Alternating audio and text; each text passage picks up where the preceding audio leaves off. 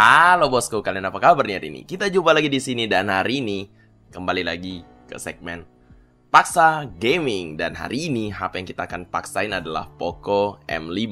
Tapi sebelum kita main, tentu aja saya akan informasiin dulu tentang speknya. Jadi Poco M5 ini pakai chipset Helio G99 octa-core 2,2 GHz dengan GPU Mali G57 MC2. RAM-nya 4 GB dan storage-nya ada dua macam, yaitu 64 GB dan 128. Dan yang saya punya ini tentu aja 64 GB. Untuk baterainya kapasitasnya cukup gede, 5000 mAh, dan HP ini bisa terbilang cukup lengkap ya.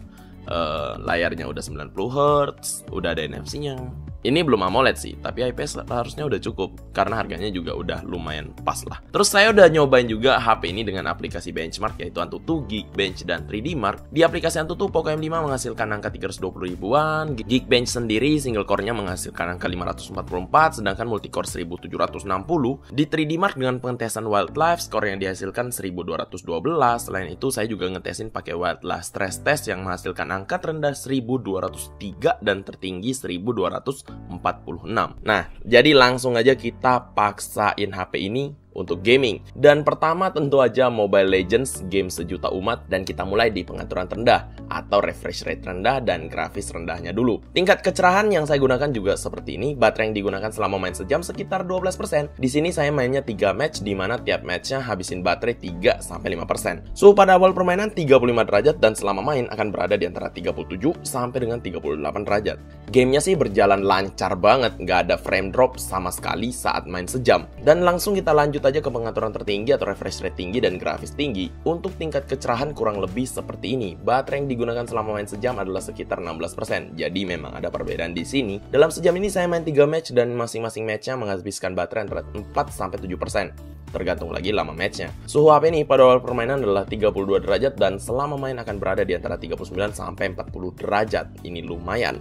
Gamenya sih bisa berjalan lancar banget. Sekali lagi nggak ada frame drop sama sekali. Dan berikutnya game yang kita cobain adalah PUBG Mobile, tentu aja karena ini harusnya udah cukup lah ya. Kita mulai pengaturan terendah dan frame rate low dan grafis smooth. Tingkat kecerahan yang saya gunakan kurang lebih juga segini. Kalian bisa lihat screenshotnya. Baterai yang terpakai selama main sejam sekitar 11%. Dalam sejam ini saya bermain 3 match yang masing-masing matchnya pakai baterai sekitar 2-5%. Jadi ya tergantung lama match kalian. Suhu HP pada awal permainan adalah 35 derajat dan selama main suhunya berada di angka 38 derajat. Gamenya sih berjalan dengan lancar banget, nggak ada frame drop juga atau lag yang saya rasakan selama main. Pokoknya semuanya aman. Untuk pengaturan tertinggi HP ini sendiri yaitu frame rate high dan grafis HD. Tingkat kecerahan yang saya gunakan ya seperti ini, kalian bisa lihat screenshotnya juga. Baterai yang saya gunakan selama main sejam adalah sekitar 20%. Jadi ada peningkatan di sini. Dalam sejam saya bermain 3 match yang masing-masing matchnya menggunakan baterai antara 3-12%. Jadi di sini tergantung banget nih, kalau misalnya kalian bisa sampai akhir-akhir match, ya kalian akan pakai baterai yang lebih banyak lagi. Suhu pada awal permainan 35 derajat dan akan berada di antara 39-40 derajat selama main. Ini lumayan juga. Untuk gamenya sendiri sangat lancar,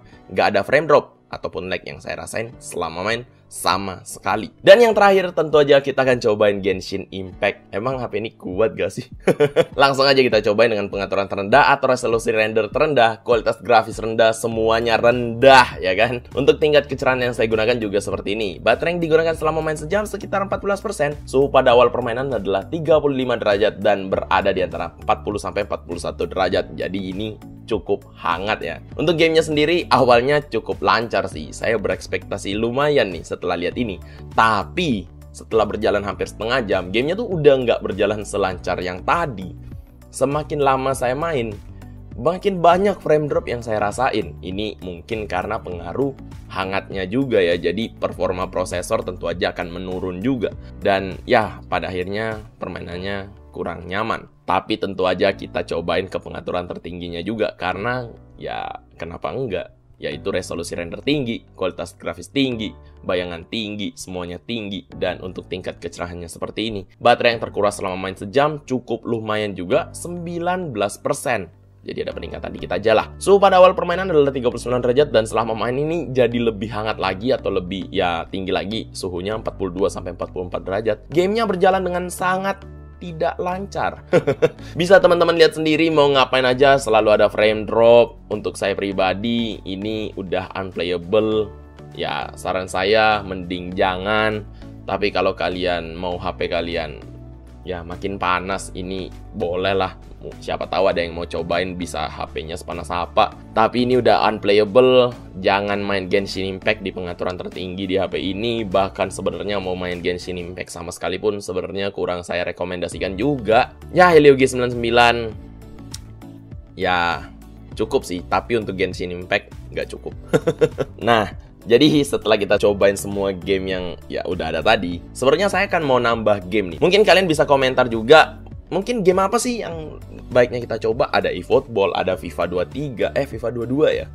Atau ya terserah lah, kalian bisa komen kita cobain apa di sebuah HP, jadi bisa langsung sesuai juga dengan game-game zaman sekarang. Soalnya kalau cuman Mobile Legends, PUBG dan juga Genshin Impact itu kan kayaknya udah game standar lah. HP ini memang menurut saya sih lumayan aja dengan harga 2 jutaan yang bisa kita dapetin untuk HP ini. Ya PUBG Mobile sih lancar aja, nggak ada masalah.